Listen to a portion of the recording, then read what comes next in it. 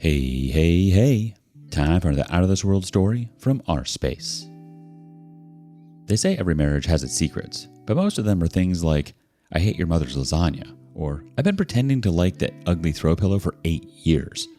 Today on rSpace, we're dealing with a very different kind of secret. The kind that doesn't hide in a junk drawer, but walks right through the front door wearing Chanel and not so guilty conscience. Wife lied that affair partner's expensive gifts were Christmas presents from friends. I found out, made the gifts vanish, and divorced her. I, 37 male, have been married to Angie, 38 female, for almost a decade now. We'll be married for a full 10 years and a little over a month. Normally, it's the kind of thing that I'm meant to be incredibly happy about, but right now, I simply can't feel that way because I have some very strong suspicions about our marriage. That maybe wasn't all that I truly thought it was, because if you had asked me, we were two people strongly in love with each other.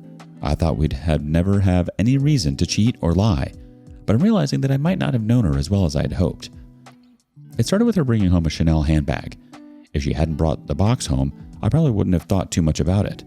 Naturally, I'm not so into women's fashion that I'd see a Chanel bag in the wild and recognize it as one. I can tell the logo, but that's pretty much where it stops. Out of pure curiosity, I asked her what she had with her. I wasn't accusing her of anything. She told me that one of her friends had given her an early Christmas present. I asked to see it, and she showed me the bag. The packaging made it clear it was a luxury good, and I know enough about Chanel, so I asked, "Aren't these really expensive?" Her answer to me was that they're not really that expensive, so I assumed that it probably cost a few $100s and nothing more. That was my definition of something that not being that expensive, especially when it is positioned as a luxury item. At most, $1,000. According to her, it was her friend Rachel who had bought it for her, knowing how bad she wanted it. I tried to be a good husband and listen to my wife, so I was fairly certain she hadn't told me anything about how much she wanted a Chanel bag. I didn't dwell on it though. I just let it slide because it did seem like the kind of thing to make a big deal about. I noticed that she treated the bag like it was made of glass. I guess that wasn't odd because it was a designer item, and her first liked that. I became really suspicious when I noticed her wearing a new watch. It was black, which wasn't her usual vibe with watches, so it stood out to me immediately. I asked her if it was a new watch, and she said it was. I asked her if she had bought it herself, and she paused for a bit because I held her arm to look at it. She claimed it was a gift from someone at work. They had done a Secret Santa thing, so he had bought her that. I noticed that the watch was also Chanel, but from her demeanor, I didn't bother diving any deeper because I could tell that something was going on. I couldn't tell if it was a real Chanel watch or not because it didn't look very exceptional to me. I asked her what she gave the person in return, and she claimed that she had bought him a pair of sneakers. I commented on how she hadn't told me that they were doing a Secret Santa at work, and she just mumbled some excuse. I don't know why I let it go, despite the fact that I was suspicious. I should have driven her into a corner and made her as uncomfortable as possible, but I didn't. I think I realized then that I'd have the best chance of finding out what was going on if I dived deeper on my own. The thing is, I eventually forgot about the watch in the bag.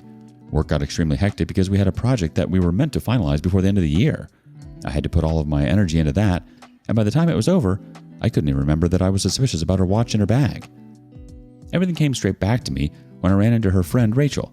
I was casually talking with her and catching up, and I thanked her for the generous gift. She asked me what I was talking about, and I mentioned the Chanel bag. She told me that wasn't from her, and I was quick to act like I mixed up the actual gifter with her. I hoped that I was smooth enough with it because I didn't want Rachel to tell Angie anything. Ultimately, it doesn't seem like she did because Angie never brought it up.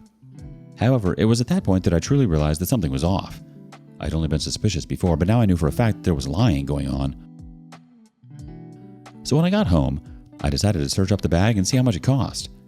She wasn't at home yet, so I took it out of the box she had it in, and I started to check it against the photos on Chanel's website.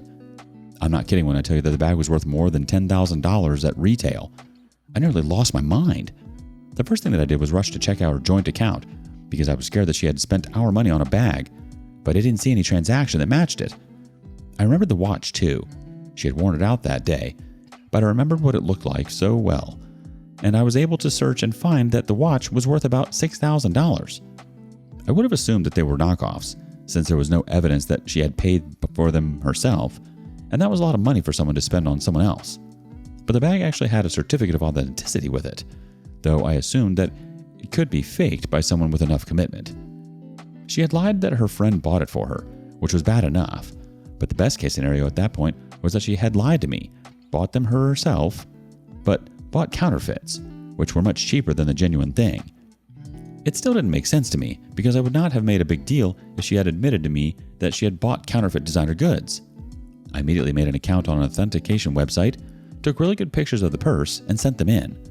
The next day I received an email telling me that the bag was authentic, which was what led me to believe that the watch was authentic too. Two things came to mind.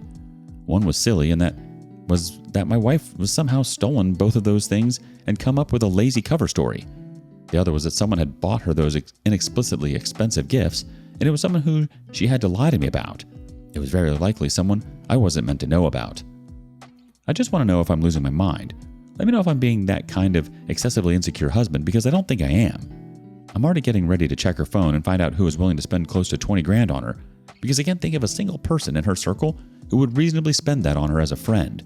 I don't think I have a friend who'd spend that much on me at this point in our lives. Edit. I'm seeing a lot of people saying the quiet part out loud, that it is likely another man buying her those things. To be honest, it occurred to me, but I really didn't want to say it out loud because I don't want that to be the case. Anything else, and we might be able to work past it. But if it happens to be an affair partner, that's the end of what we built together. There'll be no other way around it. I'll bring an update when I figure out the truth, which should hopefully not be too long from now. The Chanel bag and watch weren't casual gifts. Those were major purchases, far beyond what most friends or coworkers would ever spend. And the fact that the friend she named denied giving her the bag is a huge red flag. People don't accidentally misremember who purchased a $10,000 luxury item for them. Update 1. I wrote a post here about a week ago talking about my wife Angie, who came home with really expensive gifts and claimed that they were early Christmas gifts. She never made it clear to me how much they cost, but they were a Chanel watch and a Chanel bag, and each of them cost several thousands of dollars. She lied to me that the bag came from her friend Rachel, but her friend denied it when I asked casually. The watch was from a Secret Santa thing. She was really taking me for a fool, and I realize how much so now that I figured things out. I had to check her phone, which was something that I didn't want to do because I feel like once you get to that point, it says a lot about the trust in that relationship. But what can I do? I wasn't going to believe anything that came out of her mouth because she had already lied to me about Rachel. I had to wait for the perfect time to check her phone, and when I got the chance, I was thorough. I went to her messages with Rachel first, and they didn't talk about a mystery man or the bag. I went to her group chat with her friends, and I didn't see anything suspicious there. So I had to just start looking through random contacts. That was when I saw James, who she chatted with like she was a little girl. It was a very different style of texting, and it was very subservient.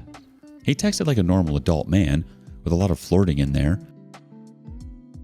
The texts alone were bad enough for me to see, but the fact that there was confirmation that they had met up and slept together was what did it for me. She had met him in person to get the bag and the watch, and she had also met him in person a few times before then. It was clear as day in the texts. It was obvious that it wasn't a Secret Santa situation or a munificent friend who had gotten her those gifts. I felt like my head was spinning down for a bit. Dramatic reaction, I know, but it wasn't what I was expecting to see. I'd hoped that there would be a sensible explanation. We'd have a big fight, and we'd get over it. But this wasn't the kind of thing that we could get over. She was basically an OnlyFans girl for this guy. He was throwing money at her while she slept with him and acted all cutesy. That wasn't even close to the person she is. There's no direction that our marriage is going to go that's not divorce. It has to end with divorce, sadly, and I know I did my best. I wasn't the person who ruined everything for material gain. Admittedly, I cannot afford to buy her those things, but if they meant that much to her, I would have saved up and tried. I've always done everything I can to make her happy, but the little that I can do is clearly not enough for her kind of person, and I guess I can't beat myself up too much about that. It is what it is. Update 2. I found out that Angie was cheating on me, and that's where she got a designer watch and bag from. She lied to me about the origins for both of them. Once Christmas was over, I knew that I could really get into serving up some consequences for her, which happened to be more fun than I thought it would be. To be honest, I was quite surprised at how little remorse I felt. Once the new year came around, I took her bag and watch on a day when both of them were not part of her outfit for the day, and I took them to a friend. I told him that I needed both of them sold, which he let me know he'd do on eBay. I was going to split the profits with him, but I needed him to be quiet about it. I let him know the entire story, and he was more than happy to help me out. The very next morning, Angie came to me asking if I had moved her bag and her watch. I asked her if she meant the bag that Rachel had given her and the watch she had got from a colleague. She said yes. I was recording that because I wanted evidence of the alleged origin of both of those. I had made them disappear, and when it came for her to prove that they existed and were gifts, she was going to have to talk about who they came from. She'd either have to tell the truth or lie in court when the time came. I told her that I had very little to do with them, so I couldn't have moved them. She didn't believe me because the entire box for the bag was missing, and she knew she wouldn't have taken that out of the house. I asked her if she had been bragging about it because someone might have stolen it. She didn't appreciate that comment, and it showed on her face. She said I should help her look, and I did. After a while, I told her that it was clearly nowhere in the house. She knew I had something to do with it, and she told me to just tell her the truth and admit what I had done with them. I asked her if she knew how much of each of them cost, and she hesitated. I asked again, and she claimed that she didn't know, so I told her, and she tried to deny that they were that expensive. I asked her if she'd like us to look them up together, and she said no. So I asked her who had bought the gifts for her that were that expensive, because Rachel and the Secret Santa were not good excuses. She maintained that it was as she had said, that it was Rachel and her colleague Brandon who had bought her those gifts. I told her to stop lying to me, but she maintained what she had said. I asked her who James was, and she looked shocked. She asked me how I knew about James, but I maintained my line of questioning. She was too quick for me. I noticed that she picked up her phone, but it didn't register what she was doing until it was too late. Right there, she factory reset her whole device. I asked her why, and she said, "No reason." It started to feel like she was intentionally trying to piss me off, but the worst part was that I knew that she wasn't. She just couldn't have the confrontation like a regular person. She thought regardless of what I knew, just denying over and over would somehow make her delusions come true. I just skipped to the end of the entire process and told her that I was getting a divorce. She actually asked me why, while she started crying. I didn't bother answering her. I made a call, and literally a few minutes later, she was served with the divorce papers by my neighbor. I chose a neighbor who she already didn't like because I felt like it didn't make things hurt even more. She almost fought the middle-aged woman at the door when she handed her the papers with a smile. She started to act extremely irrationally from that point on, like she couldn't imagine that her horrible schemes had come to light, even though she still refused to admit them. She absolutely refuses to leave the house. I've tried to threaten in every single way I can, including acting like I'm about to get physical, but even that hasn't scared her enough to leave. She simply isn't going anywhere, and I like the house we live in, so I'm going to fight for it. Leaving is going to make my chances a lot slimmer, so I'm not doing that. We're just going to have to sit in the house until a court decides who gets it. I'm happy with how my confrontation went, though. Very happy. Update 3. I'm officially divorced from Angie, and while on paper that's the kind of thing that I never would have expected to be happy about, in this case I am. There is some pain underneath everything because she was someone who I used to love really deeply. However, I do realize how lucky I am to have made it out with the knowledge that she was cheating on me. A lot of people will never realize the true dishonesty of their partners, and I think that's sad. The divorce process was messy, as you might expect. Her lawyer tried to argue that I was the reason her products had gone missing, claiming that I had sold them, but there was no evidence of that. She claimed that the products were gifts, mentioning how she had gotten them, but with what my lawyer made it clear that she wouldn't be able to prove that either of those people had given her those gifts. So it was hard to prove that they had actually belonged to her. Pictures of them in her possession weren't enough. It was too late to change her story, especially because she maintained that she wasn't unfaithful, claiming that a previously unmentioned man had bought her those expensive gifts would not work in her favor, so she just cut her losses and went even harder for the house and a fat alimony. Thankfully for me, I got to keep the house. Sadly, despite all the evidence, I got alimony because the judicial system doesn't care why you get divorced, which I think is stupid. Anyone in their right mind would leave a woman who is cheating on them, so why do I have to lose part of what belongs to me because of that? We were never truly rich during our marriage, but we got more and more comfortable. Now, even though I'm going to start living on my own, I'll have to pay her money every month. It's so frustrating to me. She packed out of the house, and I noticed that she was really vigilant as things got emptier. I'm sure she was trying to see if I had hidden her things somewhere in the house, since it'd be easier to find them as the house was getting less cluttered. When nothing came up, she tried to act all down to earth. "I'm not angry anymore, but what did you do with the watch and the purse?" I told her that I didn't know what she was talking about. I hadn't touched her things. She made a very exasperated sigh. She told me I was a piece of crap. She said she knew I took them, and I was a lying bastard. I told her that made the two of us. She clenched her fist, and it looked like she wanted to hit me, but she held herself back. There were too many people around. But if they weren't there, I'm sure she would have done it. I can't promise I wouldn't have retaliated.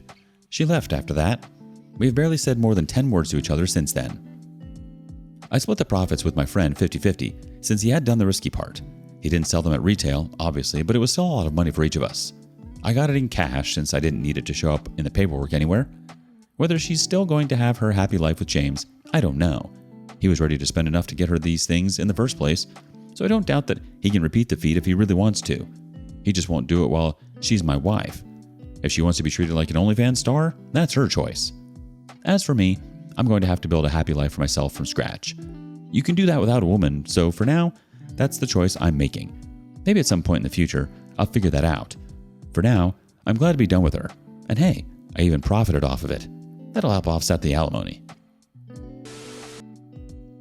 She never once showed genuine remorse. Not when you found the inconsistencies, not when you confronted her, not even when the divorce papers were literally being handed to her. Instead, she doubled down, denied reality, and treated you like you were too stupid to figure out what was right in front of you. And then she had the nerve to ask why you were divorcing her. The fact that she fought harder for alimony in the house than she ever fought for your marriage says everything.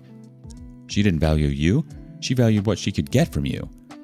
Even in the end, she wasn't mourning the loss of the relationship, she was mourning the loss of lifestyle and convenience. If your partner suddenly showed up with $16,000 worth of gifts, what would you do? Let us know in the comments below.